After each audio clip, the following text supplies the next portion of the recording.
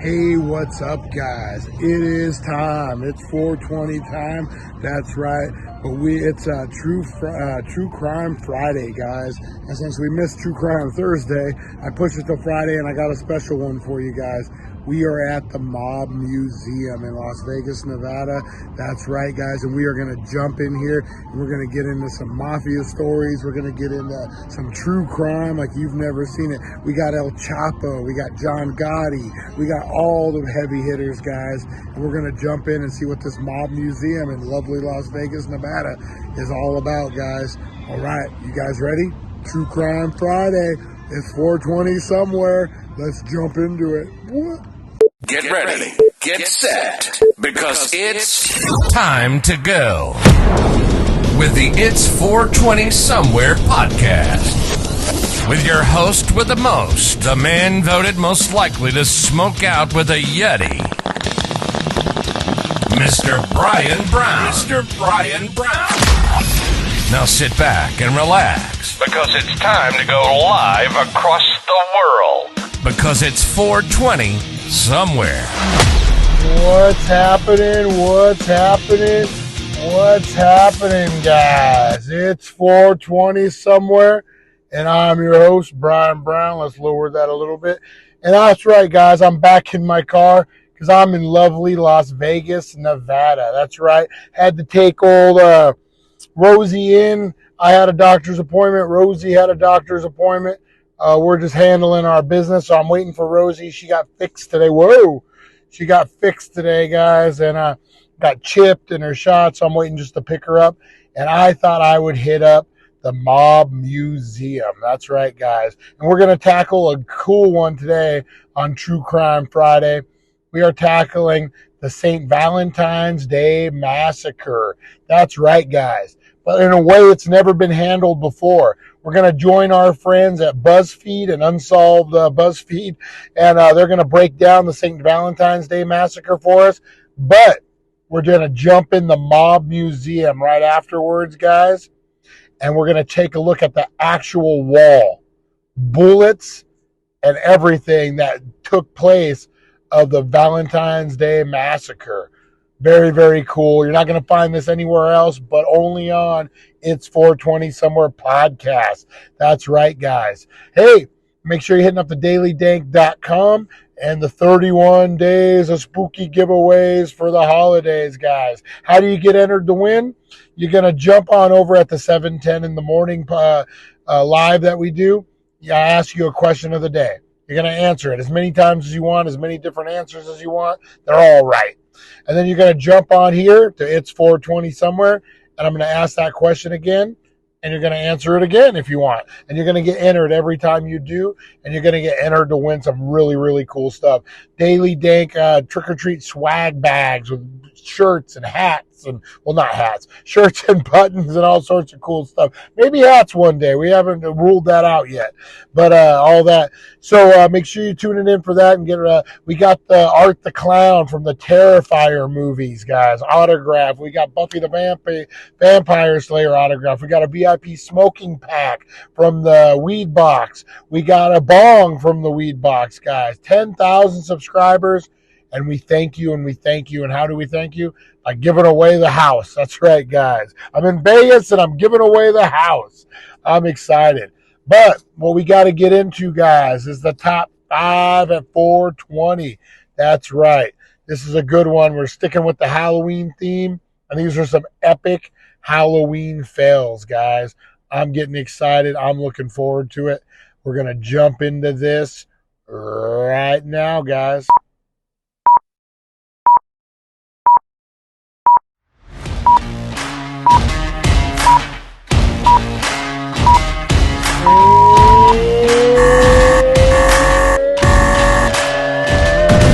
Boom goes dynamite. That's right. Top 5 at 420 brought to you by the Healing Center, 1400 Needles Highway, Needles, California. Save some green on some green. What do we got here? Inflatable dino. Nice, nice. You got a light on the inside of that too. Oh, and he just hit a pothole. And that dino's down. Dino's down. All right, what do we got here? Got the Axeman. Oh, damn. Did that just bounce back and hit him? We got to watch that. Let's see. Slow motion. Slow motion. Is that Anthony? No. That's me. I would do some stuff like that. How you doing, Anthony, buddy? Oh, man. It's giving you a hard time. Oh, man. All right, number 3, guys. Oh, we got Scream. That's not how you break in a house and murder somebody. That's not how you do it. Oh, man, that's epic. That's pretty good.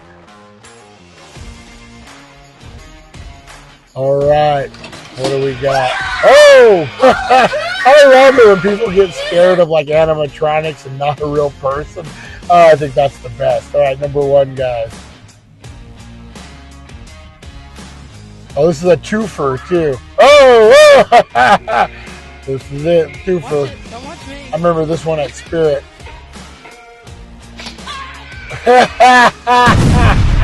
That was your top 5 at 420, guys. We got a couple bonus rounds for you. Buzz Lightyear falling down. Oh, man. Oh! Aw. How cute. Oh! That's how we have to end. It's 420 somewhere, guys. Oh man, that's epic. Oh, we should do that. Dress up people in sumo suits and get them stoned and let them do the shuffleboard. All right, guys, let me know what you're getting into. What do we also do on the podcast? We count down to 420. We got about a minute, but it doesn't got to be 420 right in the real life. It could be 420 wherever you're at. If you're watching this at 3 in the morning and you want to indulge, guess what? Count down to 420 with us. That's why it's called It's 420 Somewhere, guys. But what I do demand, I'm an evil dictator, guys. I do demand in the land of the dankness that you blow up those comments and you let us know what you're smoking on, what you're drinking on, what you're getting into. You don't even have to just smoke. If you're drinking that glass of wine, if you're eating that Kentucky Fried Chicken, whatever your guilty pleasure is, jump on it, guys. Even if it's not guilty, just a pleasure. Make sure you are sharing those comments, guys, and joining us for 420. But the number one rule of 420 is nothing, because it's 420.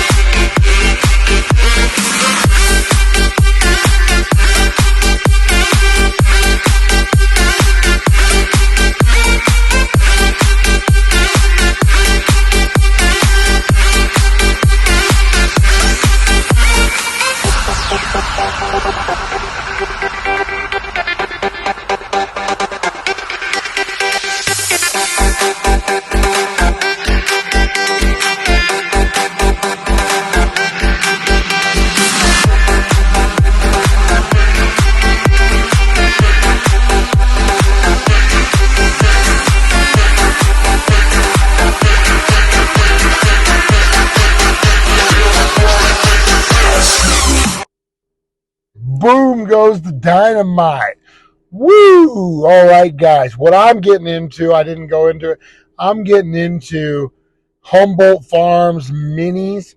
These Ace that are $6 at the Healing Center right now. If you guys haven't checked out those wild weekly drops, head over to the website, and they're up both for the week and the weekend, guys. And they got some fire deals. PADs all weekend going on over there. You got Jeters today, Left Coast tomorrow, and Claiborne on Sunday, guys. Oh, man, a lot of BOGO, a lot of stuff going on. Head on down there and check it out. Oh, man, Prime Exotics. You buy 2 eighths, you're going to get 1 and a pre-roll for a penny. Oh, man, and that's top shelf fire stuff, man. Check out that Prime Exotics.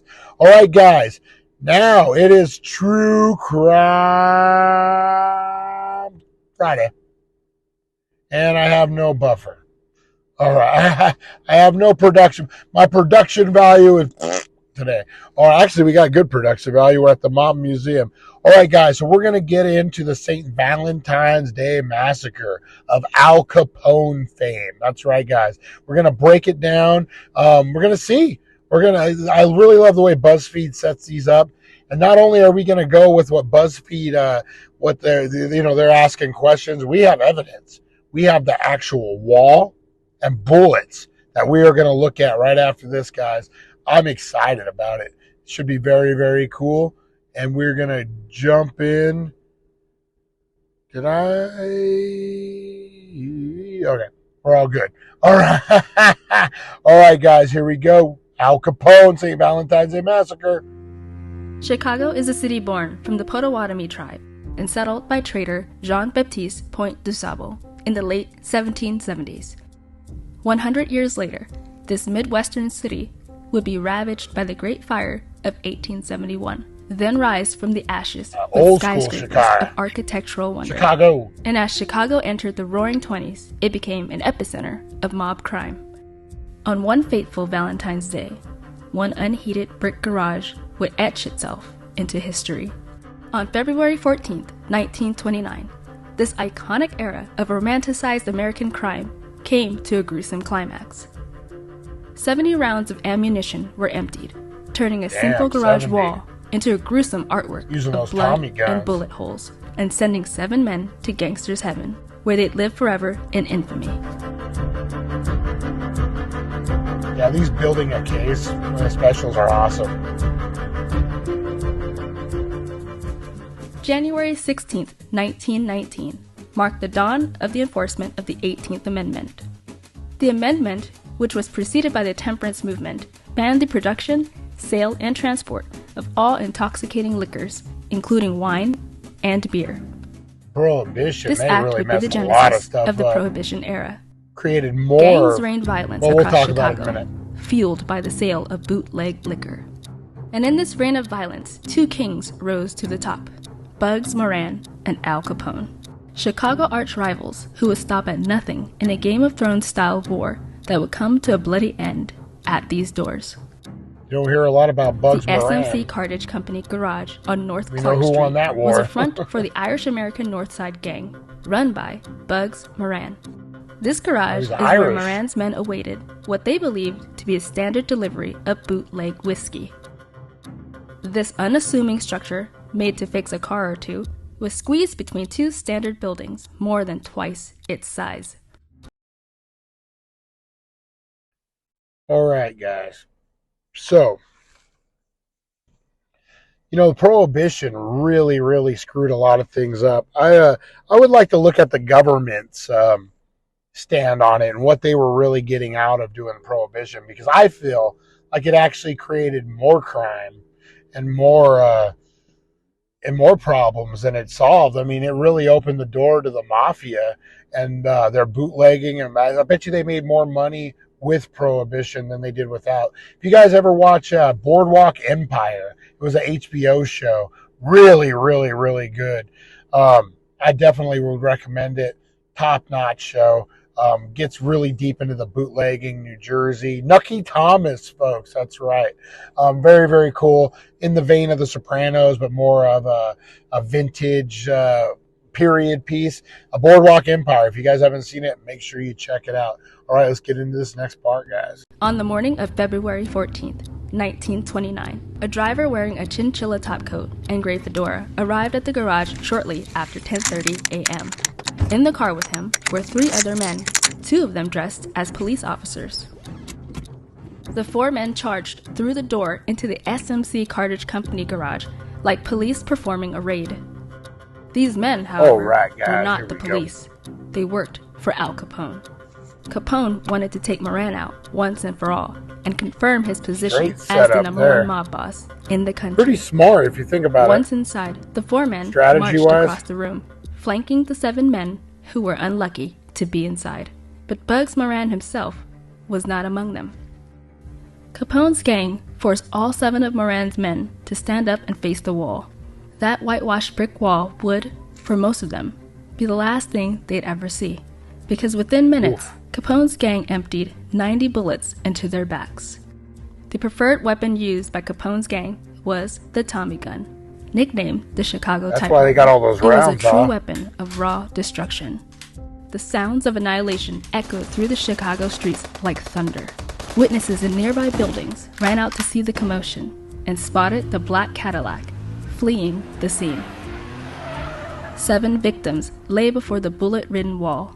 They were Moran's deputy and second-in-command, Albert Kachelek, his bookmaker, Adam Heyer, his business manager, Albert Weinschenker, 2 of Moran's associates, Reinhard Schwimmer and John May, and Peter and Frank Gusenberg, who were reportedly Moran's best killers. When the police arrived at the shootout, Frank Gusenberg, who had been shot with 22 bullets, was still alive. When questioned by the police as to who shot him, Gusenberg said, "No one. Nobody shot me." Gusenberg died 3 hours later, right there. loyal to the thieves' code of honor he lived by. Despite Moran's absence at the massacre, Capone's plan had worked. This act of violence would become such a hard blow on Moran that he lost control of the territory he once ruled. Dang. So they didn't get the boss man, but they got pretty much all his lieutenants and everybody. Boy, they really jacked them up. So I'm interested to see if they ended up getting Moran or if he just left. Let's get into this right now, guys. This is the last little part. I got fire trucks going on off around me. Getting crazy at the Mob Museum. Here we go, guys. And in that absence, Capone rose to be king, bringing in $100 million a year at his prime. Moran was quoted as saying, "Only Capone kills like that." But Al Capone was conveniently vacationing in Florida at the time of the massacre and was never charged for what is now known as the St. Valentine's Day Massacre. It's a straight general move right there. One possible lead in the case was Machine Gun Jack, Capone's bodyguard. Machine Gun Jack was arrested for being the one who set up the falsified whiskey delivery that brought Moran's crew to the location. His alibi, however, was that he was with his wife, Louise Rolfe. Conveniently, he'd recently married Rolfe, making it impossible for her to be legally pressured by officers to testify against him. Louise Rolfe became known as the Blonde Alibi. The Valentine's Day Massacre was the climax to an era already defined by violence and mob warfare. 2 years later, Capone would end up in prison, but not for his role in the Valentine's Day Massacre. Al Capone was arrested for tax evasion charges in 1931 and was sentenced to 11 years in federal prison. We saw a cell in up at the he was transferred prison. to a newly opened federal penitentiary for difficult-to-manage prisoners, Alcatraz. Al Capone died on January 25, 1947. Out of all the enemies he'd made throughout his life, the killer to take him down would be syphilis. Bugs Moran died of lung cancer in 1957. Oh, so they didn't but the get deaths him. of Moran and Capone didn't end the legend of the St. Valentine's Day Massacre. Years later, the modest brick building was turned into an antique shop and warehouse, but Chicago residents only visited to gawk at the site of the infamous massacre. Unable to outrun its bloody history, the SMC Cartage Company garage was demolished in 1967. Collectors rushed to get their hands on the bullet-ridden bricks, and they ended up in the hands of George Patey. George was a Canadian businessman who had the 414 bricks shipped to Canada. After many failed attempts to make money off of the morbid bricks, they found a home in the Banjo Palace nightclub in Vancouver, British Columbia, where men could aim at the bullet holes in a urinal covered by plexiglass. Known now as the St. Valentine's Day Massacre Wall, the bullet hole-ridden bricks currently reside. The vicious site where the SMC Cartage Company garage used to be is now an empty lot. The villains of this vicious story live on in movies that romanticize their adventures for moviegoers and pulp novel readers. These people. Come on, move! Hands on a wall. When the bricklayers created the foundation of this garage, they couldn't foresee it would become a monument of a violent era. But those bricks have become as famous as Chicago's greatest skyscrapers.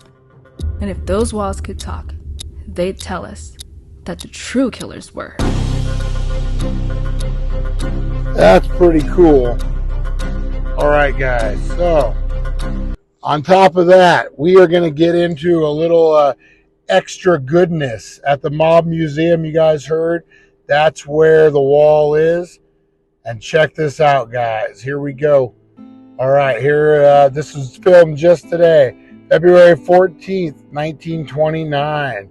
It breaks down the history of the wall and the whole massacre, pretty much the story that we just heard. And then look, guys, there's the bullets that they actually pulled out of the victims. Look at that. Bunch of shrapnel like crazy. And then you got the wall, guys. Look at this. Of course, it is behind plexiglass, but man, I get real close. Look at that. You can actually see the bullet holes. The actual bullet holes, guys. How amazing is that? That whole strategy, everything behind the St. Valentine's Day Massacre is crazy. I mean, God, look at that. That's just insane, man. Like, you got to think of the time and the place. They weren't,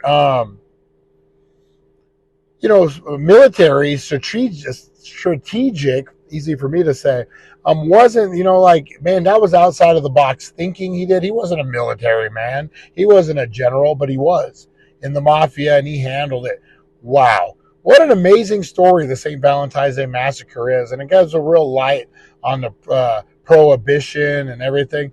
Man, crazy. We got to know the past so we're not doomed to repeat it, guys. All right, guys, I'm going to cut this short. I got to go get Rosie O'Donnell dog from the vet. And I appreciate you guys tuning in. Question of the day is, what is your favorite funny, scary movie? Is it Beetlejuice? Is it Attack of the Killer Clowns? Is it Attack of the Killer Tomatoes? Or the Killer Clowns from Outer Space, whatever it is. Is it the B movies that they show on Mystery Science Theater 3000? blow those comments up, guys. And the winner of a swag bag, trick-or-treat bag, is a new one, another new one. I love this username too, Tommy Hawk. Tommy Hawk, congratulations, buddy. Make sure you email info@rebelfilms.net or email us or message us on Facebook or Instagram or here on YouTube, and we'll get right back to you and figure out how we get that to you if you're out of town or if we can drop it off or meet up, whatever it is. Guys, we still got not even halfway through the month, so keep trying. If you haven't won yet, your time is coming. We got a lot more to go, guys. All right, I'm going to wrap this up, and I will see you next time on It's 420 Somewhere, guys. That's right. Watch out for that St. Valentine's Day Massacre, and make sure you're hitting up those wild weekly drops over at the Healing Center. Big weekend, guys. We'll see ya. Thank you for joining us on the It's 420 Somewhere podcast. Broadcasting worldwide and brought to you by DailyDank.com. Merchandise and amazing content. And follow us on all our social media.